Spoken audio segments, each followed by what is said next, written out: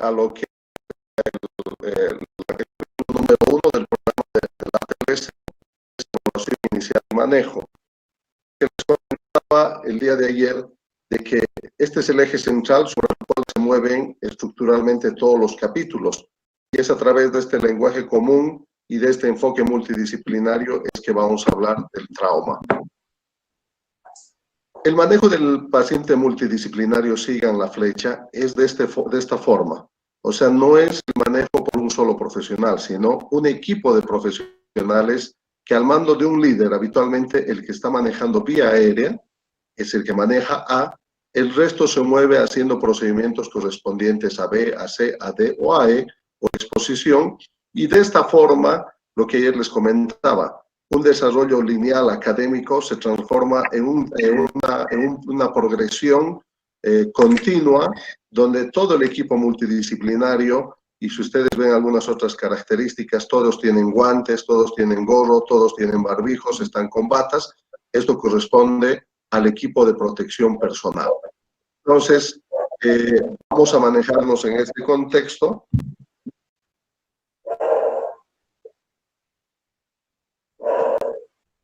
Y la revisión primaria, cada uno de los capítulos tiene un mensaje. La revisión primaria se tiene que repetir frecuentemente para identificar cualquier deterioro en el estado del paciente.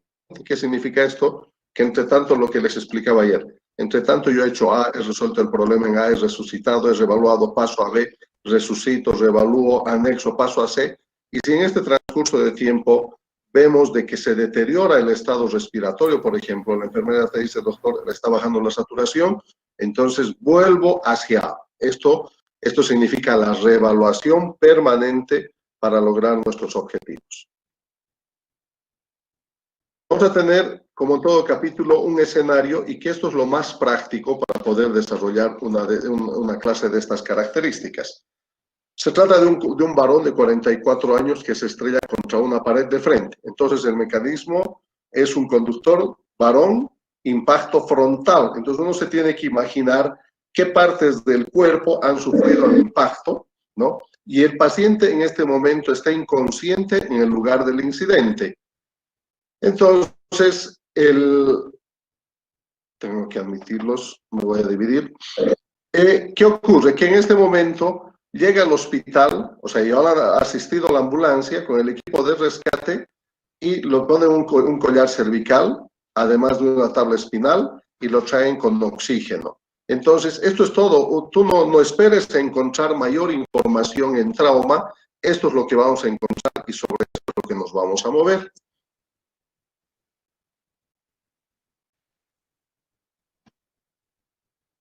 Entonces, además del escenario, es importante alternar con preguntas poderosas, ¿no?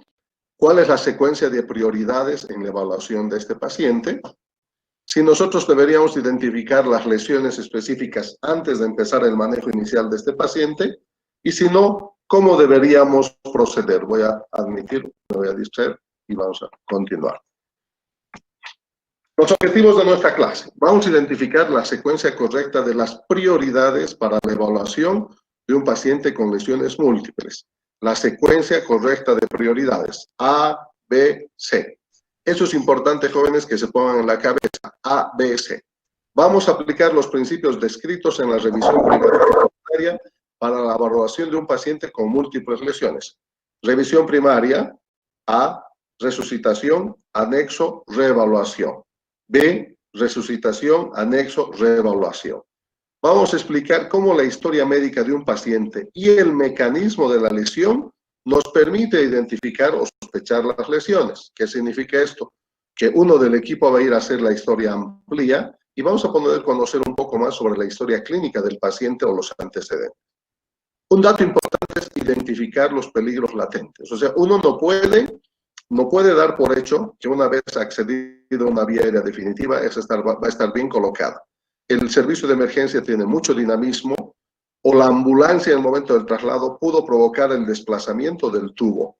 Entonces, si uno no se percata de este hecho, puede sencillamente llegar con un paciente fallecido al hospital porque no te diste cuenta de que se había salido el tubo, y esos son los peligros latentes, o sea, valorados durante la evaluación inicial.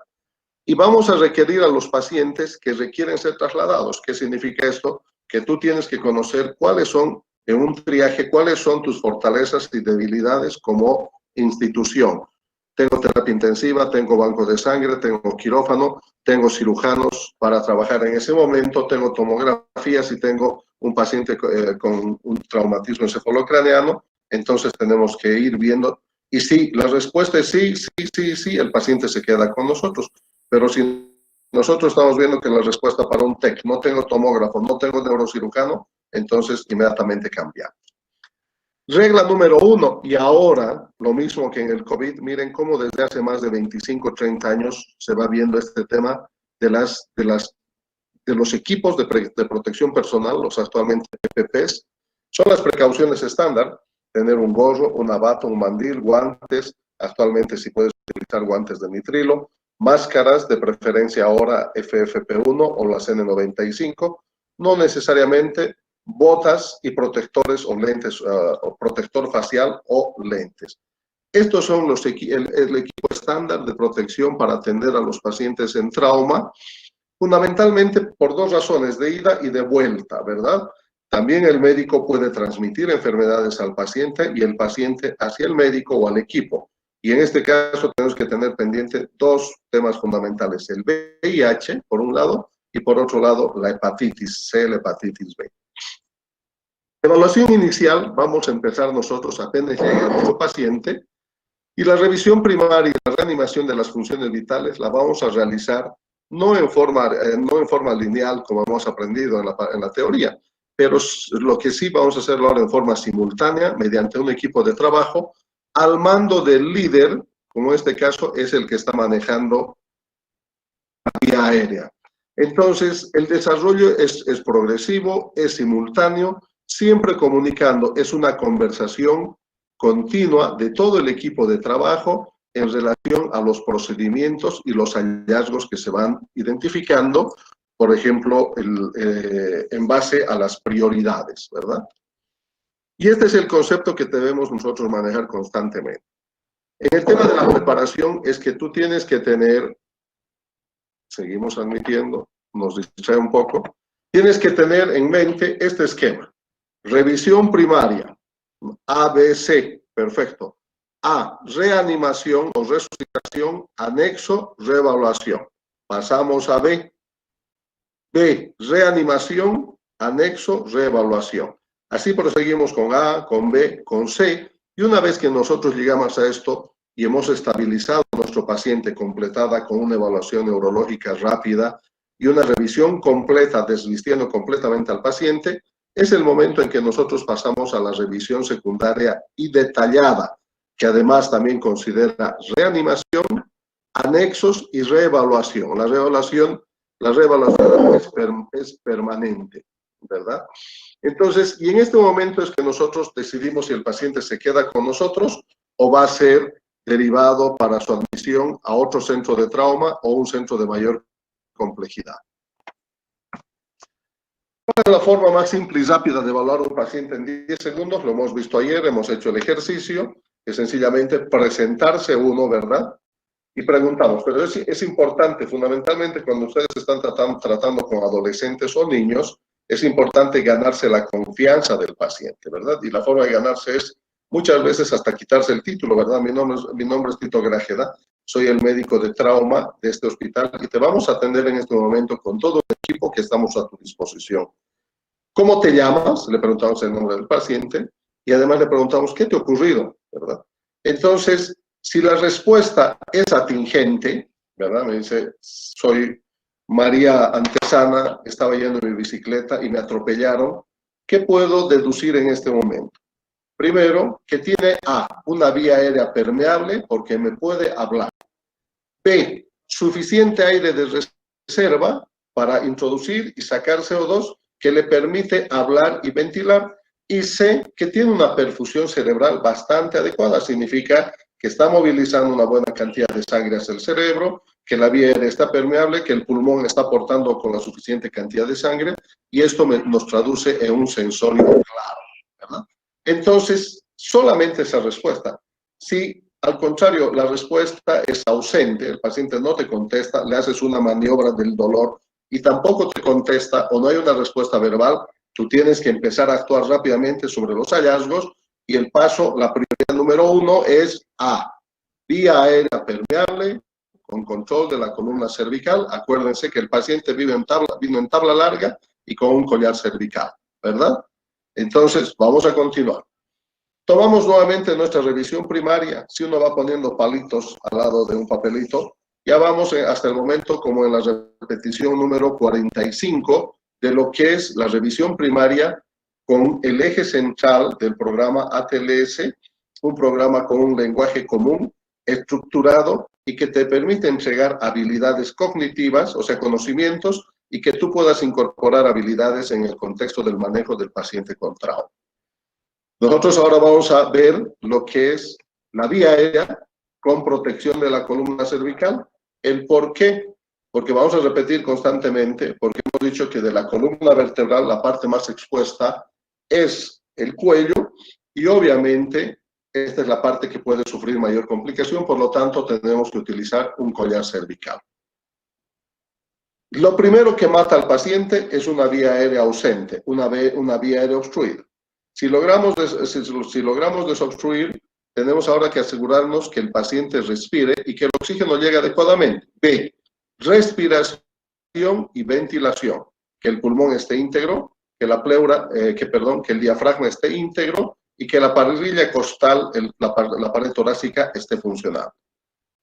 Logramos estabilizar A, B y C, vamos resucitando, anexos de la revisión primaria, reevaluación y pasamos a C, circulación con control de hemorragias externas evidentes.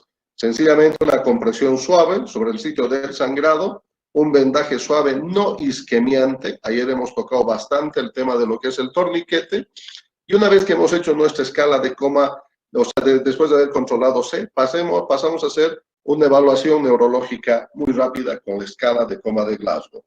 Todo lo que yo les voy a hablar es medicina basada en evidencia, programas actualizados, y dice un trabajo que lo hicieron hace como 10 años, lo actualizaron 5 años después y hay publicaciones al respecto, de que cuando el profesional médico, el residente, es puesto a ser evaluado en un procedimiento, por ejemplo, la escala de coma de Glasgow se ha demostrado de que bajo estrés, ¿verdad?, el residente es capaz de realizar el mismo procedimiento en aproximadamente 30 a 45 segundos con un margen de error de más o menos 1. ¿Eso qué significa? Que con una mirada, una maniobra, yo estoy capacitado para decir este paciente tiene una escala de coma de Glasgow de 10. Puede ser 9 o puede ser 11, pero me mantengo dentro del mismo esquema de un TEC moderado, ¿verdad? Entonces se ha demostrado que el profesional médico es capaz con una mirada y una sola maniobra de determinar en ese instante con un buen nivel de aceptación o de certeza una escala de Glasgow determinada. Y la exposición, no nos olvidemos que nosotros tenemos una parte posterior, tenemos la parte anterior, y que una vez que hemos desvestido al paciente, y para esto, jóvenes, no necesitamos movilizar al paciente, no debemos movilizar al paciente, menos flectar el cuello en hiperextensión o en flexión. Lo que necesitamos hacer es cortar la ropa. Se corta rápidamente la ropa, se expone, se revisa la parte anterior, pides la asistencia de 4 acompañantes en ese momento, y tú tomas la cabeza y a la cuenta de 3 movilizamos. Se llama movimiento o rotación en bloque. Normalmente hacemos al lado contrario donde está el grupo de trabajo y el explorador toca la columna vertebral como teclas del piano, de arriba para abajo buscando zonas de depresión, fracturas, depresiones, hematomas, equimosis, y quizás si el traumatismo es pélvico o hay evidencias de compromiso pélvico, es el momento de hacer un tacto rectal. Actualmente se cambia la estructura de las anteriores ediciones donde era tubos y dedos a todos los orificios. Si el paciente tiene un TEC con un trauma con un traumatismo encefalocraneano por encima de las clavículas, jóvenes y señoritas no tienen por qué hacer tacto vaginal, no tienen por qué buscar hacer un tacto rectal, ¿verdad? O sea que hay que cuidar mucho el tema del pudor también. Las prioridades son las mismas para todos los pacientes. Ayer preguntaban, creo, del niño, de la mujer embarazada. Ahí tenemos el ejemplo, ¿verdad? Entonces nosotros vamos a tener casos como este, cada vez más frecuente, varones barbudos, mayorcitos, que están conduciendo vehículos, apenas pueden ver, apenas escuchan y caminan con dificultad por el tema de la edad y las artrosis, pero están conduciendo. Por lo tanto, la capacidad de reacción frente a un semáforo es mucho menor que un joven y vamos a ver gente conductora que atropella o los mayores atropellados. En la mujer embarazada nosotros tenemos que considerar las mismas circunstancias que una no embarazada, solo pensar que son dos las personas que estamos tratando y obviamente saber que existen cambios fisiológicos en la madre y existen cambios que estos cambios fisiológicos van a repercutir en el bienestar del producto del embarazo. Tenemos que saber, por ejemplo, los cambios fisiológicos en relación a la hipervolemia fisiológica del embarazo. La mujer tiene un mar, ¿no? Un contenido mucho mayor preparado, pero que cuando pierde un 10% de su volemia ya está actuando este efecto deleterio sobre el producto del embarazo, ¿verdad? Entonces, esos detalles tenemos que saber.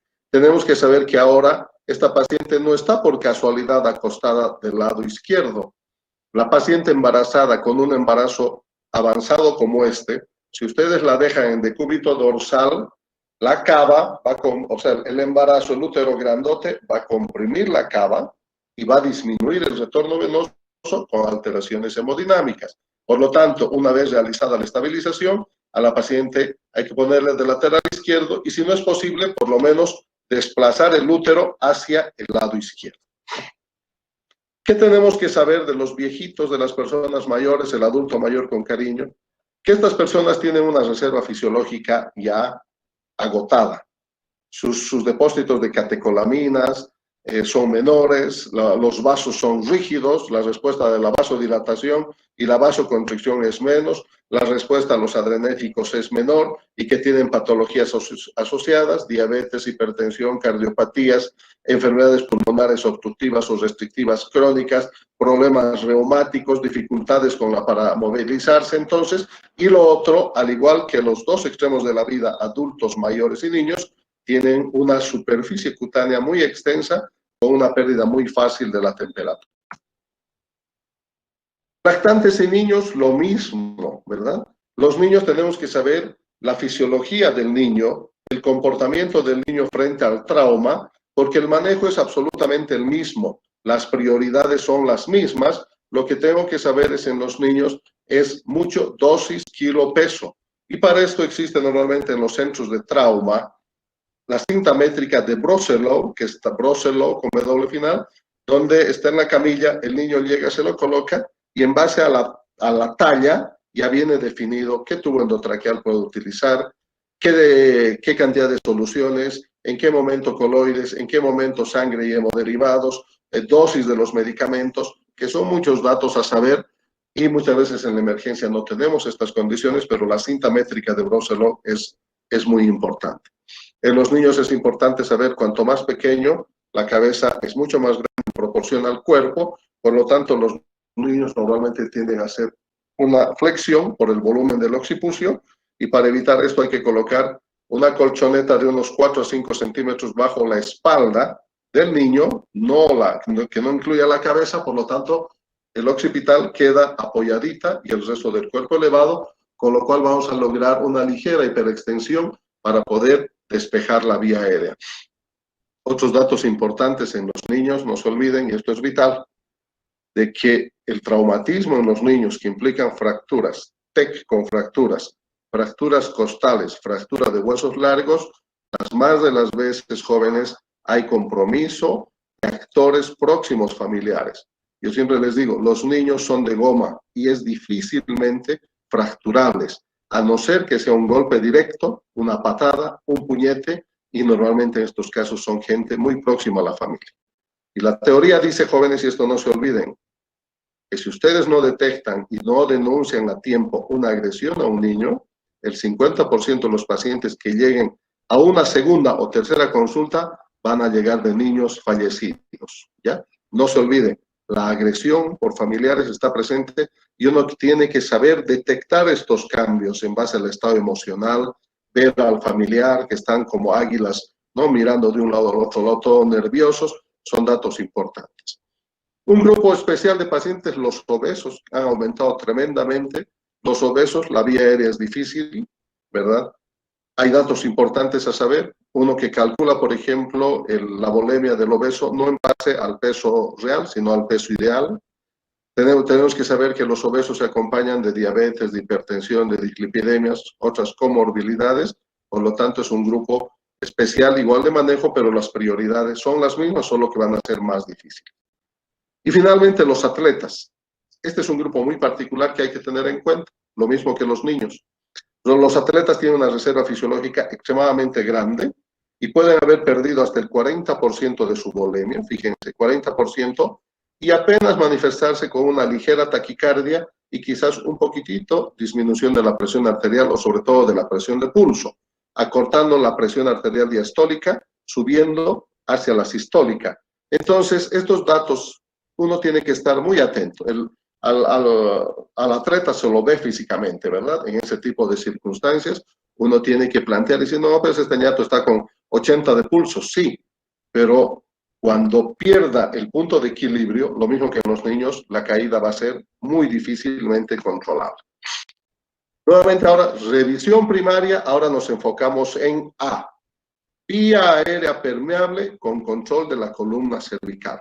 Es importante establecer una vía aérea permeable y existen, vamos a ver en el capítulo 2, maniobras básicas y maniobras avanzadas para el manejo de la vía aérea. Lo importante es permeabilizar, saber cuáles son las causas probables de obstrucción de la vía aérea. Ayer les decía en el inconsciente, tequeado, ¿no? La primera causa de obstrucción de la vía aérea superior es la caída de la lengua. ¿Qué tengo que hacer? Maniobras básicas, elevar el mentón o desplazamiento de la mandíbula, y a esto se asocia el uso de la cánula nasofaringea, si el paciente está con cierto grado de conciencia o defensa, o orofaringea, si el paciente está inconsciente, y puedo colocar mi dedo hasta su faringe, no sin problemas, sin provocar estímulo nauseoso o vómito.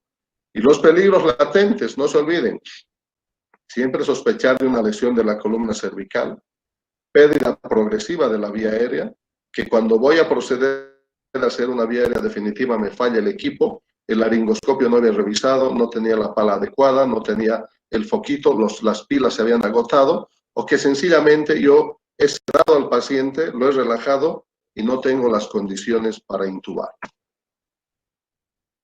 Respiración y ventilación de breathing. En este momento ya hemos resuelto A, hemos resucitado A, hemos utilizado los anexos de A, hemos puesto un oxímetro de pulso, un monitor, hemos puesto los parchecitos para el monitor electrocardiográfico, hemos puesto el manguito para tomar la presión arterial, hemos colocado una vía aérea, una vía venosa periférica de grueso calibre pasando solución, y en ese momento la enfermera ya les tomó exámenes de laboratorio más, ojo, alcohol y drogas en sangre, eso es vital, y además test de embarazo si la mujer es joven, ¿verdad? Por el riesgo de que esté embarazada y que nosotros no lo notemos. Alcohol, sangre, alcohol y drogas en sangre y un test de embarazo. Es en ese instante, y a continuación viene la infusión de un cristaloide tibio a 39 grados centígrados, y pasamos a B. En B nos interesa ver la respiración, ¿verdad? Vemos la frecuencia respiratoria, los movimientos de la caja torácica, la entrada y salida de aire, y colocamos el oxímetro de pulso. Y en base al mecanismo de lesión, ¿verdad? Herida por arma blanca en el hemitórax derecho a la altura de la tetilla. Obviamente tengo que concentrar mi atención en este sitio, sin descartar el otro lado haciendo examen comparativo, pero saber que un cuchillo, ¿qué puede provocarme, verdad? Lesiones de la pleura con neumotórax a tensión, un neumotórax abierto, si de repente el cuchillo era demasiado calibroso, o un objeto punzante demasiado grueso que pudo haber dejado un defecto en la pared. Entonces, detectamos el problema. He visto de que la agresión, la lesión es de 2 centímetros a nivel de la tetilla en el hemitórax derecho. A la inspección veo que el hemitórax derecho está ligeramente más inflado que el izquierdo. A la percusión siento que percuto como una pelota, ¿verdad? Hiperresonancia. A la auscultación no hay ruidos respiratorios en ese lado, pero en el otro lado están normales. Y a la palpación algo de enfisema subcutáneo en relación a la herida. Mi diagnóstico: neumotórax, atención, resucitación, aguja en el segundo espacio intercostal, línea medio clavicular, e inmediatamente sale con aire a presión, me confirma, y voy a colocar un tubo pleural número 28 a nivel del quinto espacio intercostal, línea axilar anterior, conectado a un sello de agua, y retiro la aguja, con lo cual es resucitado a mi paciente, ¿verdad? Veo que pregunto, el oxímetro de pulso, ¿cómo está? Subió a 95, prácticamente el paciente revive con nuestra maniobra. Reevaluamos y anexo al técnico de rayos, traiga el equipo de rayos portátil, vamos a verificar cómo nos fue con el tratamiento. ¿Cuáles son los peligros latentes? El problema es diferenciar si el problema está en la vía aérea o es de la ventilación. Estamos a nivel de la laringe, es problema traqueal o es más abajo.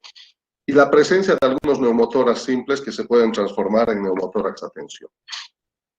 Hemos resuelto A, hemos resucitado A, hemos puesto el anexo de A, hemos reevaluado y pasamos a B, lo mismo, hemos resucitado en B, había un neumotórax atención, hemos resuelto, hemos resucitado con una aguja en el segundo espacio intercostal, línea medio clavicular, tubo en el quinto espacio intercostal, línea axilar anterior, retiro la aguja y pedí la radiografía.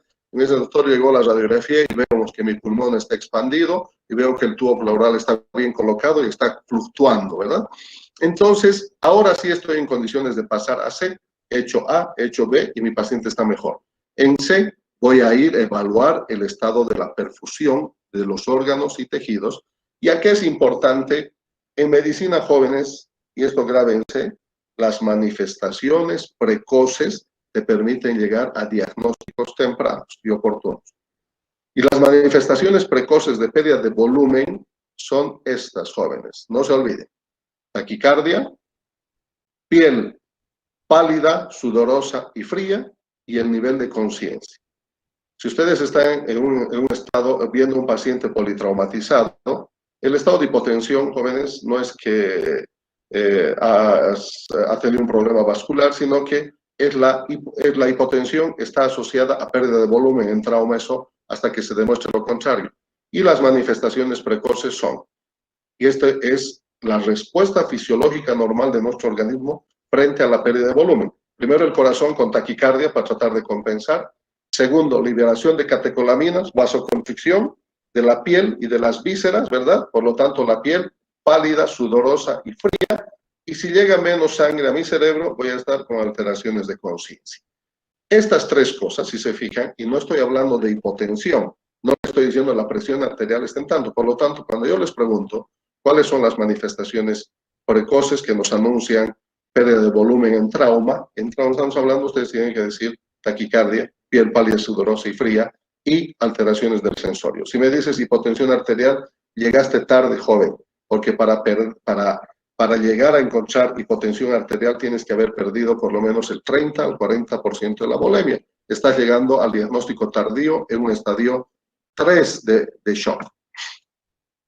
¿Cómo manejamos la circulación? El control de las hemorragias, compresión suave, hemostática, no isquemiante, con un vendaje, con un apósito, rápidamente restaurar el volumen y la reevaluación. En este contexto, ahora es vital que ustedes se acuerden, y esto lo van a encontrar en la 10ª edición. Ahora estamos hablando de la restauración de volumen con cristaloides, muy poco. 1 a 2 litros e inmediatamente, oigan, estamos hablando en shock 3 para arriba, porque el shock grado 1, grado 2 va a mejorar con 1 litro de suero.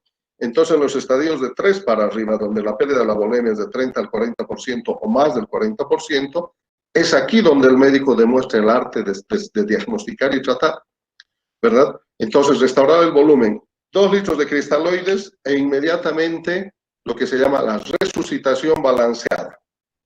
Hemoderivados, plasma, plaquetas, glóbulos rojos. 2, 2, 2. Eso se llama resucitación balanceada. E hipotensión permisiva, son dos términos que ustedes van a escuchar con más frecuencia. ¿Qué significa? Hagan de cuenta la manguera de regar las plantas en el jardín que tiene un hoyo, ¿verdad? Una perforación. Si ustedes abren el grifo poco, en la filtración por el hoyito en la manguera va a ser bastante visible. Si ustedes abren completamente el flujo del agua, el chorro va a ser mucho mayor, ¿verdad? Eso es lo mismo que ocurre. Si está perdiendo sangre es porque hubo una lesión arterial o venosa que está fluyendo, o esplénica o hepática. Entonces, si nosotros aumentamos la presión, ¿verdad? Queriendo presión de 120-80, lo único que estamos logrando es incrementar la pérdida de volumen, ¿verdad? Por el sitio del sangrado. Hipotensión permisiva, resucitación balanceada. El déficit neurológico en D, dijimos esto lo vamos a evaluar con una escala de coma de Glasgow. 4, 5, 6. 4, 5, 6. No se olviden. Apertura palpebral con pupilas. Respuesta verbal, 5. Respuesta motora, 6. Fácil. Glasgow mínimo 3, Glasgow máximo 15, TEC leve 13 a 15, TEC moderado 9 a 12, por debajo de 8, TEC severo, sinónimo de intubación traqueal, naso, oro o por cuello, ¿verdad? Nosotros rápidamente podemos hacer con una mirada y una maniobra, en cuestión de segundos, una escala de coma de Glasgow, y no nos olvidemos ver siempre las pupilas isocóricas o anisocóricas y reactivas o no a la luz. Exposición con control del ambiente.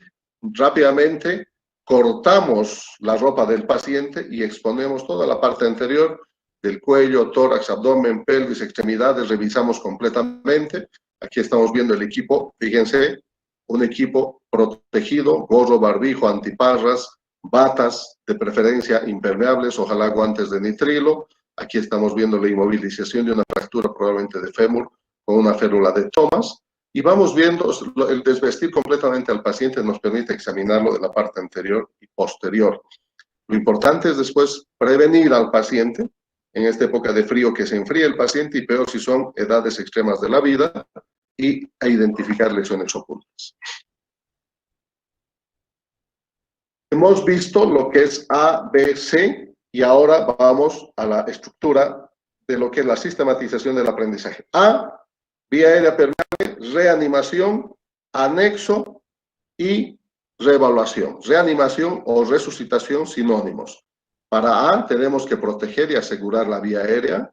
Para B, ventilar y oxigenar. Todo paciente con trauma, oxígeno suplementario por mascarilla, 10 a 15 litros por minuto. En C, parar el sangrado.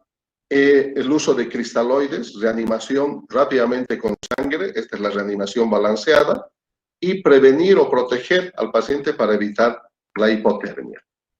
Anexos de la revisión primaria, fíjense, A, resucitación, anexos. ¿Cuáles habían sido mis anexos de la revisión primaria? Oxímetro de pulso, sondas urinarias, sonda nasogástrica para evaluar el gasto urinario, laboratorios y los signos vitales, ¿verdad? Entonces tenemos que tener un oxímetro de pulso, un monitor electrocardiográfico, en laboratorios la rutina más los gases sanguíneos arteriales, más 3 radiografías de columna cervical, tórax y pelvis, sonda nasogástrica y sonda urinaria, a menos que estén contraindicados.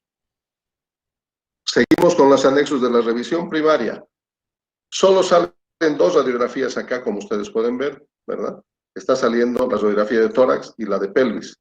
¿Por qué 9ª y 10ª edición podemos prescindir de la radiografía de columna cervical hasta, o sea, evitar no tomarla, pero tiene que estar inmovilizado hasta que estabilicemos el paciente? Una vez que tengamos estable al paciente, podemos continuar y tomar la radiografía de columna cervical. No se prescinde, se pospone, ¿verdad? ¿Por qué una radiografía de tórax y una de pelvis? Porque está visto que la sangre, la volemia entera, puede estar escondido en el hemitórax por un hemotórax masivo, puede estar en la pelvis con una fractura de estas características, 3 litros o más de sangre contenido en este sitio, entonces ya sabemos dónde está la volemia.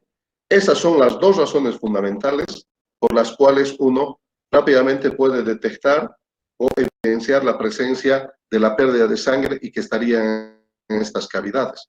Existen algunas otras cavidades donde la sangre nos va a ser un problema detectar la pérdida, como es el retroperitoneo. En abdomen vamos a recurrir, seguimos en anexos de la revisión primaria, el clásico lavado peritoneal diagnóstico que se solía hacer, ahora cada vez menos, pero si no tienes ecógrafo, tienes que saber hacer el LPD, y el FAST, que sería la ecografía enfocada en trauma, esa es la traducción del FAST. El ultrasonido en trauma abdominal fundamentalmente, o tóraco abdominal de gran importancia. No estamos yendo a hacer ultrasonido de vesícula, ni de ver si está embarazada o no. Ubicamos 4 fosas. La fosa esplénica, la fosa renal, el espacio de Morrison entre el hígado y el riñón, la excavación pélvica y la región subsifoidea en busca del saco pericárdico. Hemos hecho A, hemos hecho B, C, hemos evaluado a nuestro paciente desde el punto de vista neurológico y rápidamente, antes de concluir, yo he decidido si me voy a quedar con este paciente o lo voy a derivar a algún hospital, y no tiene que ser con el afán de deshacerse del paciente, sino con el afán de trasladar a un lugar de mayor complejidad donde le ofrezcan todas las condiciones para su recuperación y atención del politraumatizado, ¿verdad? Entonces vamos a considerar un traslado temprano y no voy a hacer procedimientos ni estudios innecesarios que demoren el traslado de mi paciente.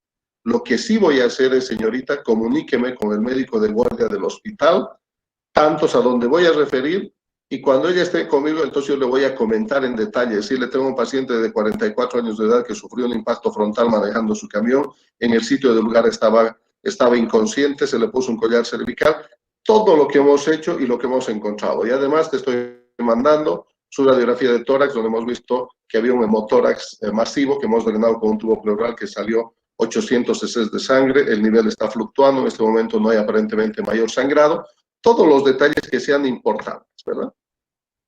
¿Cuándo vamos a entrar a la revisión secundaria? Cuando nuestro paciente se haya estabilizado, ¿verdad?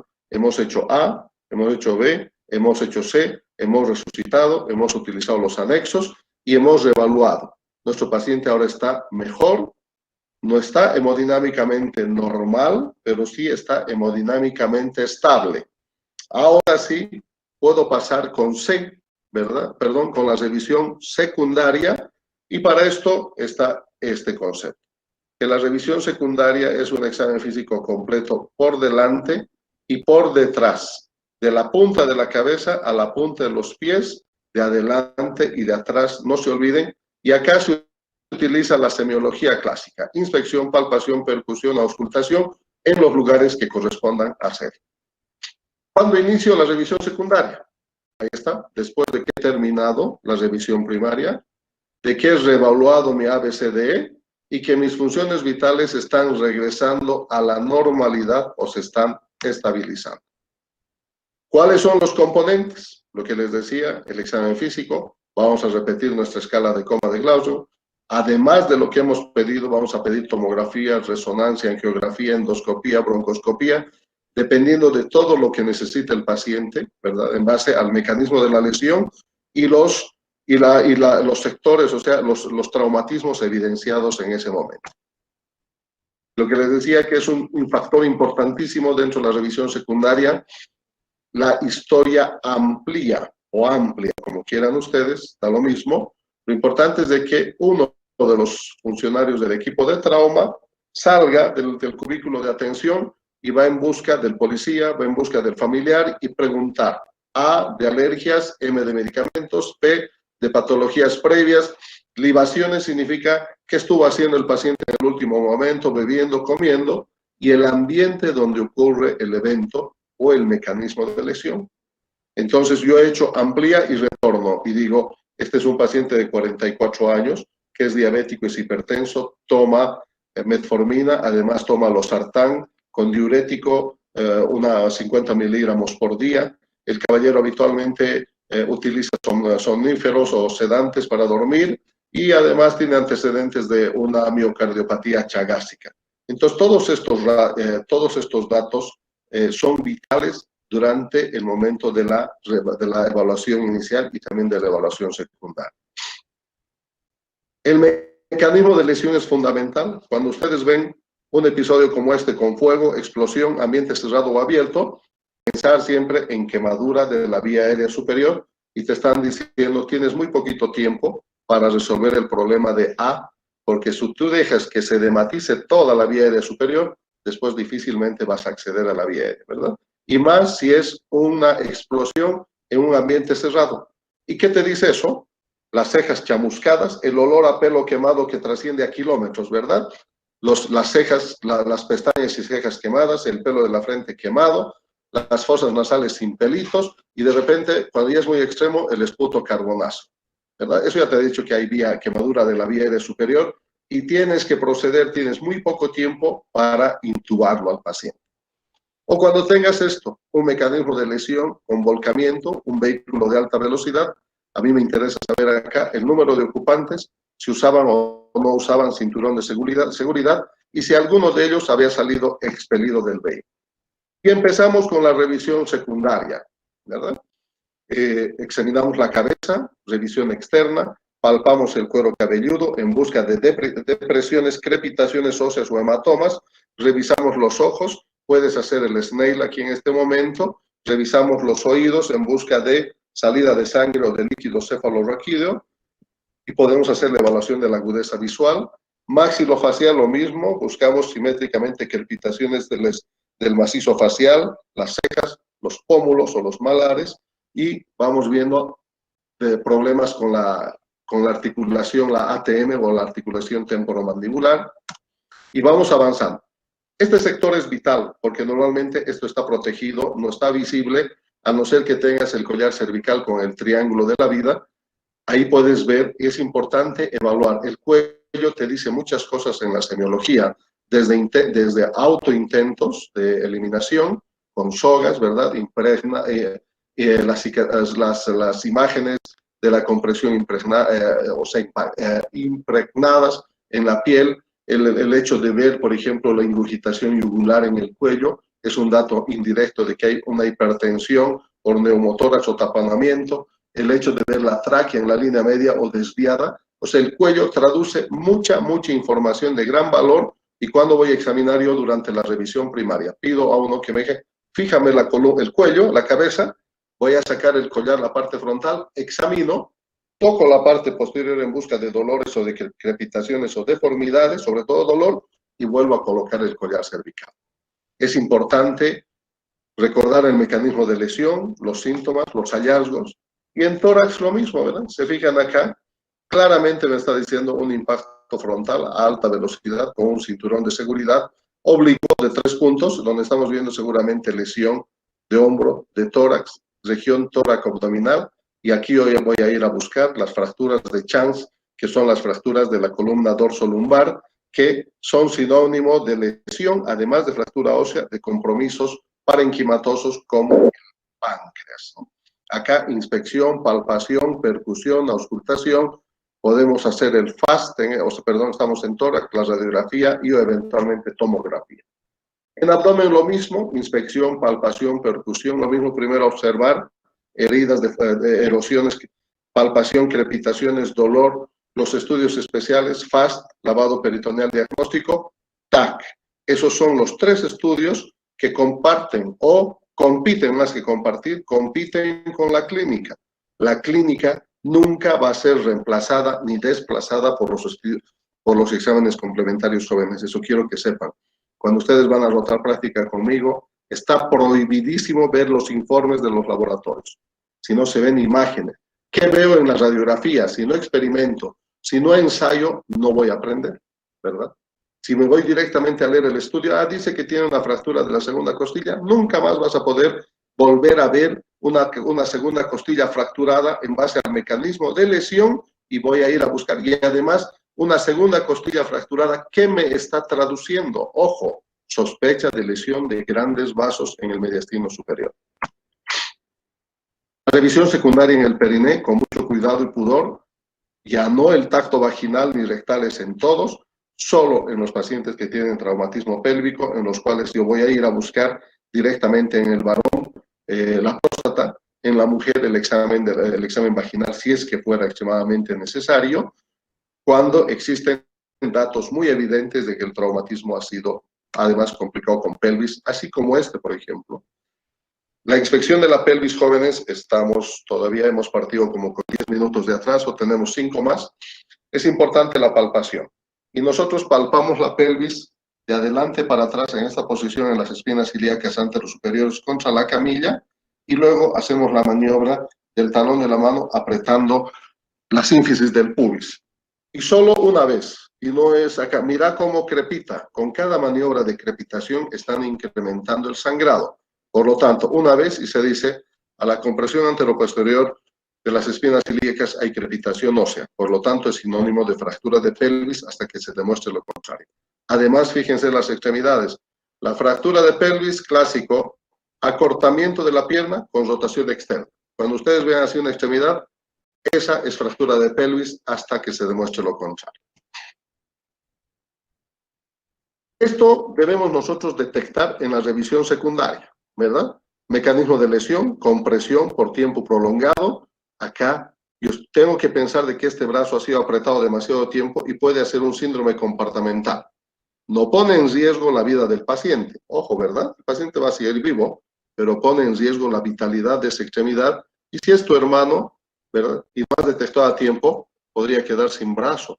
Entonces, tengo que saber y tengo que tener incorporados los conocimientos en el contexto de que cuando hago la revisión secundaria tengo que revisar las extremidades en detalle en busca de decrepitaciones, deformidades, zonas de tensión y zonas de intenso dolor o anestesia o hipoestesia que puede traer acompañado a un mecanismo de lesión como una compresión de un segmento corporal por tiempo prolongado.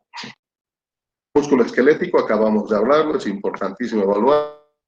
El examen neurológico, nuevamente repetimos, y la vez que hagan, revisen la escala de coma de Glasgow. Es importante, me dicen, el paciente vino de Quillacollo derivado al hospital Seton y llegó con una escala de coma, salió con una escala de coma de Glasgow de 12 y llegó al hospital con 8.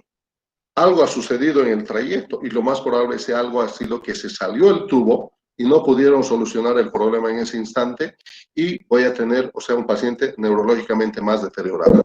Tengo que evaluar las pupilas, tengo que buscar signos de lateralización, tengo que buscar datos de hematomas intracerebrales que están condicionando o sospecha de enclavamiento del uncus.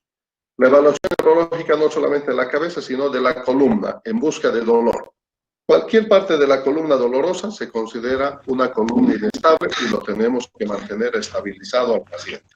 Y obviamente buscar los 4, o sea, el nivel óseo, el nivel sensorial, el nivel motor. Es vital determinar estos niveles y registrarlos, ¿verdad? El paciente llegó con un traumatismo raquimedular, con una sospecha de lesión a nivel C4, C5, por estos hallazgos desde el punto de vista sensorial, motor, óseo, evidenciado en la radiografía o en la tomografía. Ahí es lo que les decía, esto es el movimiento de rotación en bloque, fíjense, 1, 2, 3, y el cuarto componente está verificando la indemnidad de la columna. Y además este es el momento en que nosotros podemos definir el retiro o la permanencia de la tabla. Ustedes tienen que ponerse, jóvenes, en una tabla espinal por 10 minutos y van a ver lo incómodo que es estar en una tabla espinal larga por ese tiempo. Y más si el paciente tiene trastornos neurológicos como paraplegias, cuadriplegias, donde su sensibilidad ausente no detecta, o sea, no se queja el paciente, pero sí y hay zonas de presión que van a ser zonas de úlceras de decúbito a corto plazo. Es una forma correcta de inmovilizar a un paciente en una tabla espinal larga, bien inmovilizado el cuello con cojines laterales. Este es el pulpo, ¿no? 1, 2, 3, 4, 5 cinturones. Incluso cuando el paciente está así inmovilizado y hace un reflejo nauseoso, ahí puedes agarrar la tabla y moverlo lateralmente y hacer que el paciente vomite sin riesgos de que se caiga. Los estudios especializados, tomografía, resonancias. Lo importante, jóvenes, es que tiene que existir un alto índice de sospecha. Yo tengo que saber qué cosas pueden ocurrir cuando el impacto es frontal, cuando el impacto es posterior, cuando el impacto es lateral, qué ocurre en una explosión en un ambiente cerrado, qué pasa cuando el disparo es con un arma de bajo calibre, a corta distancia, a larga distancia. O sea, es realmente un tema muy importante esto. Y lo importante es calmar el dolor también en el paciente, manejo de opiáceos de corta duración que no nos alteren la evaluación. Y obviamente, si hemos decidido trasladar un minuto a nuestro paciente, tenemos que saber a quién. A pacientes en los extremos de la vida y pacientes que tengan lesiones complejas o multisistémicas que ponen en riesgo la vida y que requieren un ambiente o un centro de mayor nivel, un hospital de tercer nivel o un centro de trauma. ¿Cuándo debería ocurrir esto? Cuando el paciente esté estable, cuando he corregido los sangrados, la vía aérea está, y además cuando he hecho los contactos, ¿verdad? Acuerdos de traslado con el centro de trauma, el hospital local o los hospitales especializados. Tenemos el paciente, que habíamos visto al inicio, impacto frontal, seguramente TEC, trauma torácico, el TEC por la pérdida de conciencia, y que llegó al hospital con collar cervical y entabla espinal larga, con oxígeno suplementario. Esta es la estructura, jóvenes, el lenguaje común que les ofrece la sistematización del programa ATLS para la atención del paciente politraumatizado. Y en cada capítulo les van a ir recalcando A, resucitación, anexos, reevaluación. B, resucitación, anexos, reevaluación. Cosa de que, oye, si no aprendiste esto, después va a ser difícil volver a escribir tu disco duro. Es la oportunidad de impregnar con esta sistematización que luego, yo cuando atiendo a un paciente con trauma ya no estoy pensando en eso. Ahora, ¿qué voy a hacer? ¿Qué viene? Sino que empieza a fluir todo, y cuando tienes un equipo de trauma que todos hablan el mismo lenguaje es fantástico, porque no necesitas gritar, no necesitas enojarse, solo mover las cejas, hacer guiños con los ojos y dar instrucciones con el dedo, y ves cómo parece una orquesta sinfónica en pos de salvar una vida. El resumen, no se olviden: revisión primaria, reanimación o resucitación, anexos, reevaluación, revisión secundaria, reanimación, anexos, reevaluación y traslado para cuidados definitivos. Este es como el capítulo más extenso, tienen que volver a leerlo, es muy entretenido y cada capítulo es tan interesante que te atrapa como estas novelas de suspenso, ¿no? Que te agarran y no dejas de leer hasta el final porque está tan bien escrito que te atrapa la lectura.